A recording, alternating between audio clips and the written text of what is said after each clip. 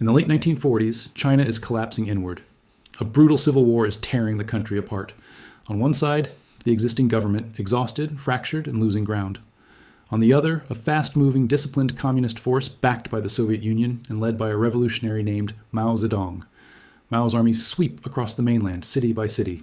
The ruling government is pushed farther and farther south, until there's nowhere left to go.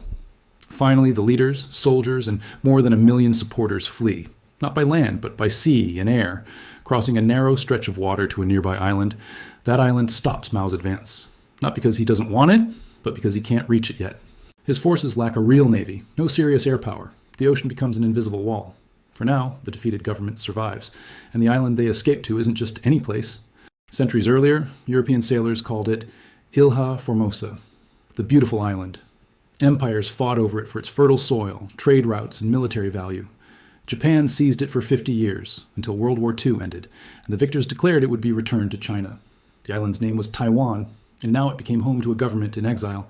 Back on the mainland, Mao announces the birth of a new nation, the People's Republic of China, a communist state meant to reclaim China, a strength after decades of humiliation by foreign powers. Within a day, the Soviet Union recognizes Mao's government as the legitimate China. But here's the thing, the war isn't actually over. Both governments still claim to be the real China. From Taiwan, the Republic of China vows to one day retake the mainland. On the island, they rule with martial law, arresting critics, crushing dissent, silencing anyone who questions their authority or calls for independence. Meanwhile, Mao prepares. He builds ships, trains, forces, waits. Across the ocean, the United States is watching and hesitating. America just fought and won World War II in Asia. Millions are dead. Japan is defeated. Washington wants out. They don't recognize Mao's government. They done like communism controlling the world, its most populous country. But Europe is the priority now. The Cold War is heating up there. So US leaders draw a defensive line across the Pacific. Anything outside that line, including Korea, Taiwan, and Vietnam, is not America's responsibility. Communism spreading in Asia? Concerning, but officially, not America's problem. Until suddenly, it is. Summer 1950. Before sunrise, North Korean troops surge across the border into South Korea. Tanks, artillery, Soviet weapons. In just weeks, South Korea is nearly overrun. This invasion didn't happen by accident. Stalin approved it, and Mao gave the final nod. Now, Washington panics. This doesn't look like isolated conflicts anymore. It looks coordinated. A red wave rolling across Asia. President Truman makes a dramatic reversal. U.S. troops are sent to Korea, and in the same announcement, Truman orders the U.S. Navy to Taiwan, not to invade, but to block Mao. America declares Taiwan's status undetermined, not officially part of any country. That legal gray zone becomes the justification for U.S. protection.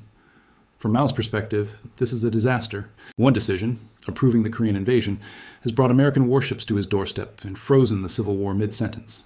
For the next 3 years, Korea becomes a slaughterhouse. Millions die. The war ends in a stalemate, and the United States stays in Asia. Taiwan now sits at the center of an American defensive chain stretching across the Pacific. Congress authorizes its defense. Nuclear weapons are allowed on the island. Mao responds with force, bombarding nearby islands still held by Taiwan. American generals seriously planned nuclear strikes on China. At one point, casualty estimates reached nearly 1 million. Both sides blink, but neither backs away. Shells fly back and forth across the strait, not to win, just to remind the other side, we're still here. This ritual continues, day after day, for over 2 decades. By the 1960s, the world grows even more dangerous. China detonates its first nuclear weapon. But something unexpected happens. China and the Soviet Union, once brothers in revolution, begin to turn on each other. Mao accuses Moscow of betrayal. The Soviets see Mao as reckless and unstable. Border clashes erupt. Nuclear threats are whispered. And suddenly, Washington sees an opportunity. In 1969, President Richard Nixon makes a bold gamble. Befriend China to weaken the Soviet Union. Secret messages are sent, back channels opened. Henry Kissinger slips into Beijing under cover of a diplomacy. And almost immediately, the conversation turns to Taiwan. Chinese leaders recount decades of history, how Taiwan was promised back to China, how the U.S. intervened, how the island became a floating military base 130 kilometers from their coast. Kissinger doesn't argue. Privately, he admits that without the Korean War, Taiwan likely would have fallen to China. But now, he says, America is changing. Ideology matters less than balance. The price of friendship? The U.S. quietly signals it won't support Taiwanese independence. Troops will eventually leave. Weapons will be reduced. In return, Washington wants help exiting Vietnam and leverage against Moscow. An uneasy understanding forms. In the early 1970s, China enters the United Nations. Taiwan is expelled. President Nixon visits Beijing. Cameras roll. History turns. The U.S. officially recognizes Beijing as the sole government of China, but never publicly states that Taiwan belongs to it. Instead, ambiguity becomes policy. Troops leave Taiwan, nukes are removed. But Congress passes a quiet safeguard.